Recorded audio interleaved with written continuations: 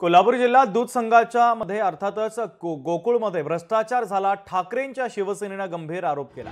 वाटप केलेले घड्याळ जाजमच्या किमतीमध्ये तर अफरातफर अधिकाऱ्यांवर संचालकांवर कारवाई करा, ठाकरेंच्या शिवसेनेनं मागणी केलेली आहे। हा दूध संघ राजकीय अड्डा बनत चाललेला आहे की काय असा आम्हाला प्रश्न पडलेला आहे। कारण जी खरेदी झालेली आहे, प्रत्येक ठिकाणी खरेदी झालेली आहे, ती पशुखाद्याची खरेदी असून दे, तुमची गोवा सहल असून दे, मेडिटेशन गोव्याला गेले, आणि आता तो जो आम्ही मुद्दा उपस्थित केला तो जाजम आणि घड्याळाचा। आम्ही जाजम आणलेला आहे, आम्ही घड्याळ आणलेला आहे, त्याची रिसीट आणलेली आहेत। एक जाजम आणि एक घड्याळ किती रुपयाला मार्केटला मिळतो आपल्याला ते सांगावे आम्ही सांगितलं होतं, पण ते आम्हाला सांगत नाहीत, ते लपवत आहेत।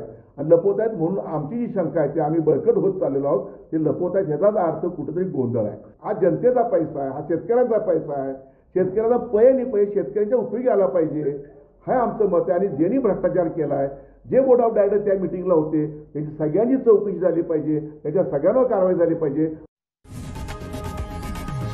लोकशाही मराठी ऐका, पहा, जागरूक रहा।